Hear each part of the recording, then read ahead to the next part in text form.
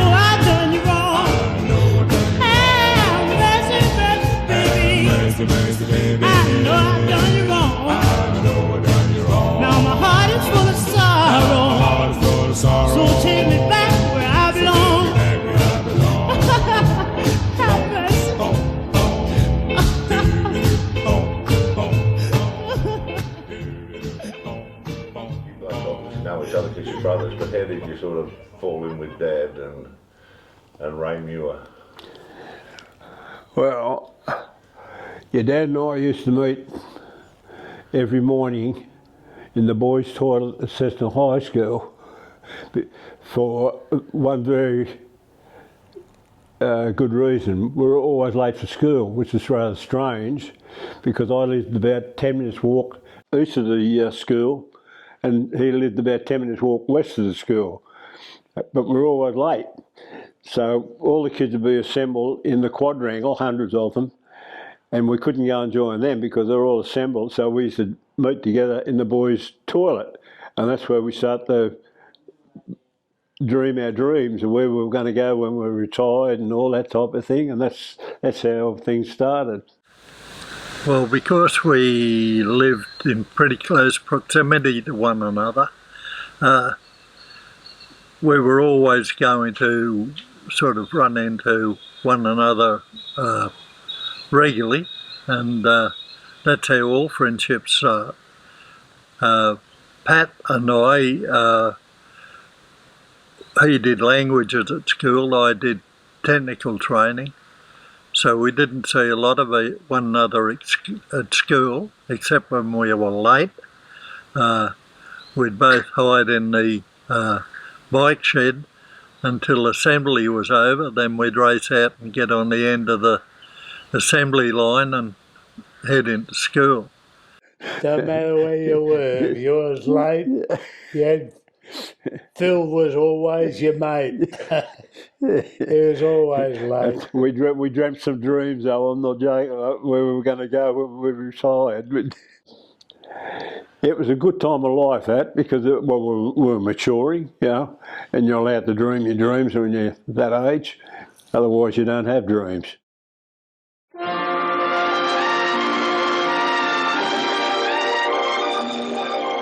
Cessnock, in the Hunter River Valley in New South Wales, was little more than a scattering of farms and vineyards 50 years ago. Progress and prosperity came with the discovery of coal. Here was a magnet that drew men and their families to settle in the district and work in the mines. The hamlet became a city, and in 1954, nearly 6,000 men worked in the mines of the greater Cessnock area. Coal mining orientated, wasn't it? Yeah. If you didn't work in a coal mine, if you was an adult, they thought that was rather strange, because there was plenty of work around. When we started work, Pat got an apprenticeship at Aberdeen Central Colliery as an apprentice electrician, and Pat said they're looking for an apprentice out at Central. Why don't you come out and have a yarn on them? So I went out, had a yarn with the manager, and he decided that I would be a good apprentice as fitting and machinist. So I duly signed the papers and started work at Central with Pat, the fitters and the electrician. They worked in close harmony with one another. So that was when we were both 16-year-old. Well, we both wanted a car, but we couldn't afford one. I was on 17, I was on about, first year was $5 a week. Second year was about $6.50 or something like that. Pete was on, he was a year before me. 27 and 6 I got. Yeah. A week. Yeah. A week. Yeah.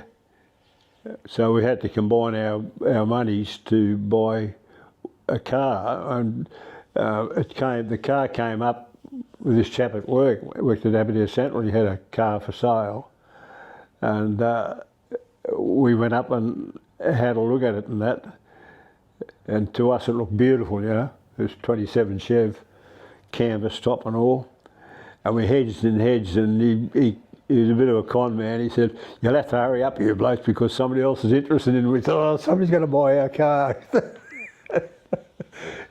So we bought it. How much?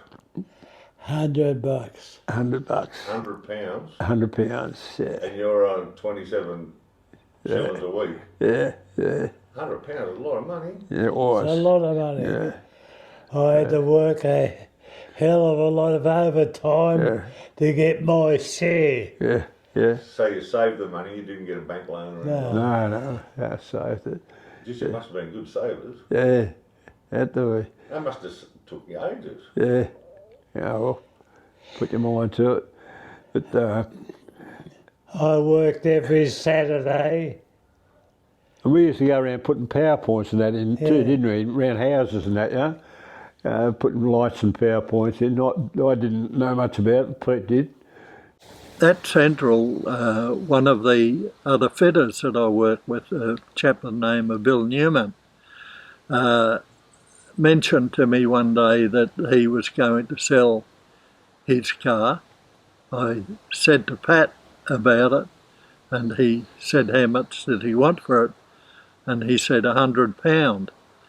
And so Pat and Peter pooled their resources and paid Bill the £100, and consequently they got his 1927 Chevrolet Tourer. So anyway, we bought the car. Peter jumped into the car, tore out through the gate and ripped one of the gates off. And he's going up the road with this thing stuck on the back of the bumper bar, just rattling up the road. "Oh, come back!" They probably bought the car from Bill about 1951. They were the envy of all the other kids in town. No one had a car. We're all, probably 17-year-old, 18-year-old. And Pat and I decided it'd be terrific if we could go to Sydney to see Don Schofield, our local hero, who played with Western Suburbs in Sydney, play in his grand final.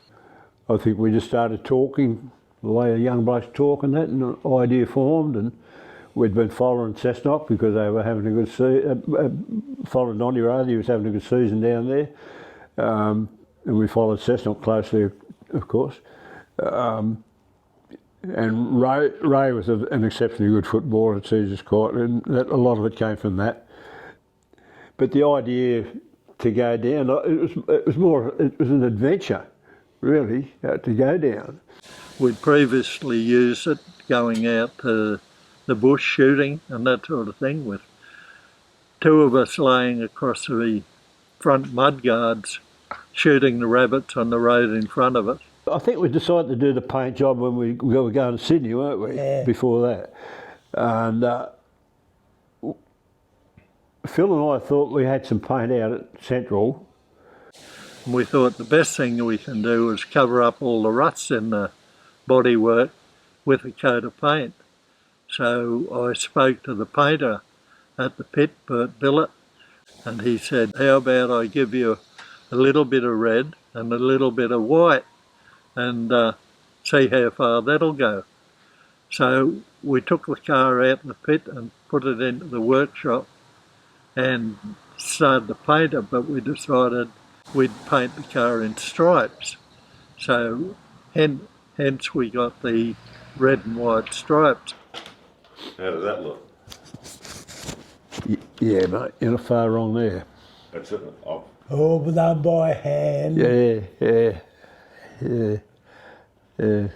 Suffering cats. A while ago, wasn't it? Yeah. So we painted the car red and white and left the blue of the car, which was the car's natural colour, in between, so it looked like red, white and blue. But we had one problem, the windscreen was broken, and the windscreen in that particular model was split so that you could lift the bottom half and use it like a louver. So with the broken bit in the bottom half, we decided to replace that with a piece of masonite. And which is very transparent. yeah, masonite isn't transparent. So consequently, we put that across the windscreen. It was easy enough to cut and fit into place. And it served the purpose. I painted Rainbow Rocket across the front of the windscreen on the masonite part. And consequently, the Rainbow Rocket was born. Good group, a good group. Yeah, radio. Yeah. When he smiled, his whole face lit up, you know. Yeah. So who was Ray? Was he one of your mates, one of Dad's Yeah, mates? yeah. That's him there. Ray sat next to me in high school. Ray was a good footballer. Oh God, yeah. He's a really good footballer. Yeah. He had it up here. Yeah. So he was a first grader, was he? He was. Yeah. Oh God, yeah. I think he played 250 games in Cessnock first grade. Oh, good on him. Oh yeah, good player, Ray. Great swimmer. When I worked with him on the ice run, he'd knock off on the ice run after having started with his dad at 4 o'clock in the morning, go straight to the Olympic pool, train, go from there to school, sit down next to me at the desk and fall asleep. Yeah. I'm not joking. I did his homework more than once. He's a good bloke, Ray. Oh yeah. He's a real good bloke. Yeah. I served my time with him. Yeah. He got a job out of Elrington, and he and I served our time out there. The day we decided to go to Sydney, we thought about that, and it'd been such a long trip. We decided to split the trip. By the first day we went down to Swansea, where they had a outdoor skating rink, a roller skating rink, and we parked the car beside that and spent the first night, the Friday night, in the car, sleeping in the car. Going down was fairly uneventful, wasn't it? Everything went right. The car she just hummed along. I don't think we had any problems at all going down. Coming back we did. Did we ever? I was designated the mechanic. So we got accommodation at a place down there called Hampton Court for $1 a night, it was. Well, it wasn't $1, it was 10 shillings a night. We stayed at Martin George's, didn't we? At my uncle's place at Leichhardt. At Leichhardt. Yeah, we stayed there. And whether we were welcome or not, I don't know. She never said no. Yeah, never said no. No, and we weren't any trouble either. We didn't booze up or anything like that. Well, you didn't think you were. 1952 produced one of the most infamous of all grand finals between Wests and Souths. From South's point of view, referee George Bishop was a figure of great concern that day. Remarkably, Bishop ruled this fair try-making pass from Threlfo to South's second rower McGreedy forward and disallowed the try. There had been talk of betting on the match and of dark deeds. Bishop made several more highly contentious decisions which went against Souths. West won 22-12, but South's captain Jack Rayner has his own blunt view of events of that day. We weren't allowed to win. That's what I'd say. The way we were treated today, I said you got life in racing for that treatment that was handed out to us today. The penalties and the offside or forward pass that didn't take place. I never ever spoke to the referee again. The match was referee Bishop's last. For West's coach, the ex-referee Tom McMahon, it was a significant achievement in his only season as a coach. Donnie was probably about 4 years older than us. The crowd, for a start, big crowd, about 70-odd thousand people there. Western Suburbs won the grand final and everyone was very enjoyable about that. Donnie scored 2 tries. And I didn't know he was man of the match, but apparently he was. He got £10. Did he? Yeah. Oh, well, he deserved that.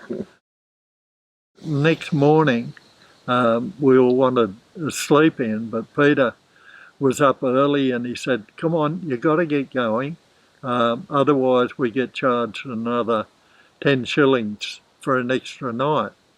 So we had to leave our rooms early. I said to Peter, I've got to stop and go to the toilet. And he said, don't worry about that. There's a public toilet on the other side of the bridge. We'll stop there and you can go there. And I said, righto, but I'm pretty desperate. That's a daily constitutional. Yeah. And I think we were going up George Street, heading towards the bridge, and it was early Sunday morning, and the noise, the muffler had fallen off. The muffler had fallen off, and the noise, echoing, and it was like in a cavern. We had a look and we found it. We put it in the back of the car with Ray and I, and then we started off along the road again, but we hadn't gone a kilometre or a mile in those days, and a motorcycle policeman pulled us up and waved us to the side of the road. And next thing we know, there's a copper alongside us and he pulled us over.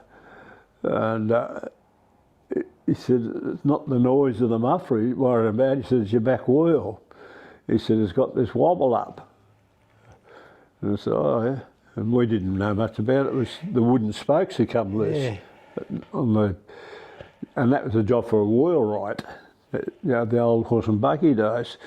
So, and he said, look, when you get across the other side of the bridge, he said, go to the nearest garage and have something done about it. And he waved us on our way, never booked us, nothing. And I think he said, get back to the bush. Hey. He might have come from the bush himself, I don't know, but he treated us pretty kindly. And the wheel in the 27 Chev with wooden spokes radiating out from a central hub. And he said, I tell you what I'll do. He said, I only live about 3 miles along the road. He said, stop at my place, explain the situation to the wife, and she'll give you a bucket. And every 10 miles along the Pacific Highway, there's a spring. And stop at each of these springs, fill the bucket with water, and throw it over the wooden spokes. That'll cause them to expand and probably get you back to Cessnock. I thought that happened at the garage. This is how you see getting different. Well, I want to hear your story. Yeah, I thought that's what happened when we went to the garage. Well, Ray's mum had cooked us a box of biscuits, and it was, a reasonable sized box. We'd started on the bridge, so we couldn't stop anywhere. And then he said he said nature's calling type of thing. So here he is down on the floor in the back seat. And next thing, this double-decker bus went past like this, and the people Oh, looking Looking down like this. down. Here, Phil, kangaroo in the bloody tin. Yeah. Desperate times means desperate measures, so I scooped out a holler in the box of biscuits, put it on the back seat of the car. What? You left the biscuits in there? Yeah, I didn't have time to get them out or read them. Anyhow, I put it on the back seat and I sat on top of it, perched there. Well, nature. Sitting up on top. Oh, we'll never forget it. Oh, 27 Chev had running boards along each side, and the other three in the car, Ray, Pat and Peter, they all got out of the car using the running board, and Peter's reaching through the window, steering it like this in the middle of Sydney Harbour Bridge. So when we went across the bridge, and we said to the bloke about the wooden spokes and that, and he went out the back and he came out and he sold us this bucket. And he said every chance you get when you come to a spot where you think there's a tap, stop it, fill it up with a bucket and throw it on and swell the wooden spokes out. He said it'll probably get you home. when we were driving along, you see water up that way, an arrow. Yeah. We pull up to get the water, splash. Yeah. Another 5 mile along the road, same thing, all the way home. Straight out of the tap. And it actually, it did get us home. We sort of stopped at each spring, they were marked, and filled the bucket with water, tossed it on the back wheel, and away we'd go. When we were going down, so there was no expressway in those days, of course, and we're going down into Gosford, around the winding road like that, and that's when one of the doors flew off. Yeah. I think one of the back doors flew off. We had to stop and pick that up and throw that into the back too. When we got to the turn-off to go to Wyong, things changed dramatically because the road from Wyong to Doyleton was all twists and turns and that sort of thing as it went around the mountain. And the first time we turned to the right, the left-hand back door fell off. So we stopped the car and got the door and put it in the back with the muffler and Ray and myself. And then along the road a little bit further, we turned to the left and the right-hand door, my right-hand door, fell off. So we picked it up and put it in the back with the other door and the muffler, and we had it further up the road. When you got to near Gosford, the road went up over a culvert, and when we went up, that's when the fan decided to leave us. Yeah. The fan. The fan. Yeah. It just fell to pieces. Yeah. Went straight through the radiator. Yeah. We'd only gone a little way when there was a terrible noise come out of the engine and all steam was puffing up into the air. So we stopped the car and opened the bonnet and had a look, and the fan, we had two blade fan in that car, and the blade had bent and sliced the radiator in half. And we thought, what the hell are we going to do? And you wouldn't believe it. We had broken down adjacent to a wrecker's. You wouldn't believe that. Through the fence and into the wrecker's yard. And Peter went with, he went with someone, and you come back with a radiator. Yeah. And it didn't quite fit, but we made it fit with fence and wire, and it worked. It worked. We got home. Yeah. So we put the radiator and the fan in the back with the doors and the muffler, and Ray and I, and we had it off.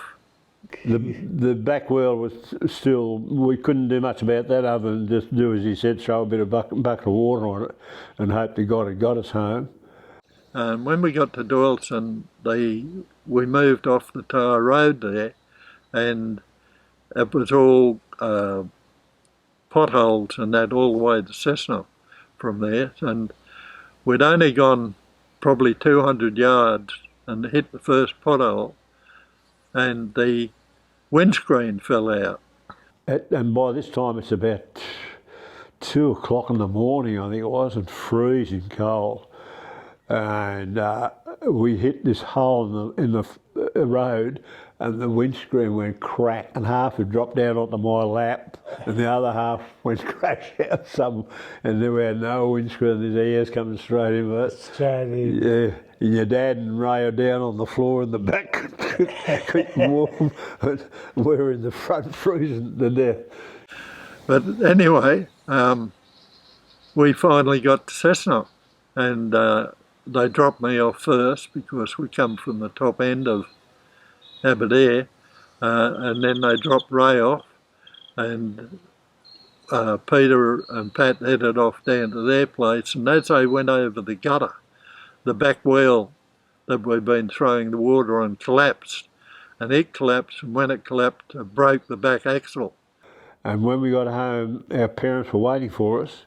Went to drive into Grandma's yard because it was next door to Mum's place and had to get over the culvert. Drove and crack, and we did the rear axle. Yeah. And that just kind of finalised the trip. Yeah, we pushed it down into our old garage we had, yeah, in Grandma's yard. Yeah, what a trip, stress. The car stayed in the yard for ages and ages. And It got you home, that. it got us home, yeah.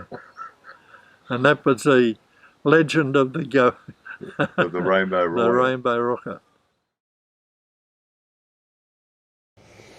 That was 70 years ago. Yeah. Like, it's an unbelievable story, but it happened exactly like that. The girls used to like getting in the car.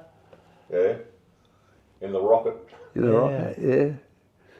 Yeah. We'd pull up and we had an anchor with a bit of rope on it. Hook it on the curb, tied onto your front bumper. Like the handbrake didn't work real good. Yeah. Probably wreckers. I don't know where did it end up. Probably at the wreckers. Yeah. Ray's the only one missing. Yeah, it's a shame, isn't it? Yeah, of all the guys, Ray would have been the last one that you picked, wouldn't you? Yep. Yes. Well, he was always such good nick, wasn't he? Yeah, Always. Did a lot of surfing in those days. yeah. So we had some pretty good, Peter and Ray were excellent surfers. Your dad would swim all day. And when your dad and I rode our push bikes from Aberdare Central, from Cessnock rather, down to Swansea for a weekend, our push bikes, with our gear. And that's before the roads were sealed. So we rode our push bikes from Cessnock to Curry, and just outside of Curry the bitumen finished, and it was gravel all the way, and some heavy gravel too, until we got to Belmont, and there was a bit of bitumen there, and then it through to Belmont itself. What's the next place after Belmont? Valentine. Oh, yeah. And it stopped again, then it was heavy gravel all the way from there to damn Swansea, and all the gravel like that. But we rode our push bikes there and camped behind the surf club, I think it was. So you went over the top of Mount Sugarloaf, did you? Yep. On your push bike? On push bikes. Wow. But on the Sunday we surfed all day until it was time to come home, and we took off again to come home, and we were riding along, and this car went past us, and Phil took off after it, yeah. And I didn't take much notice to it. Anyway, when I caught up to him, I said, how fast was that car going?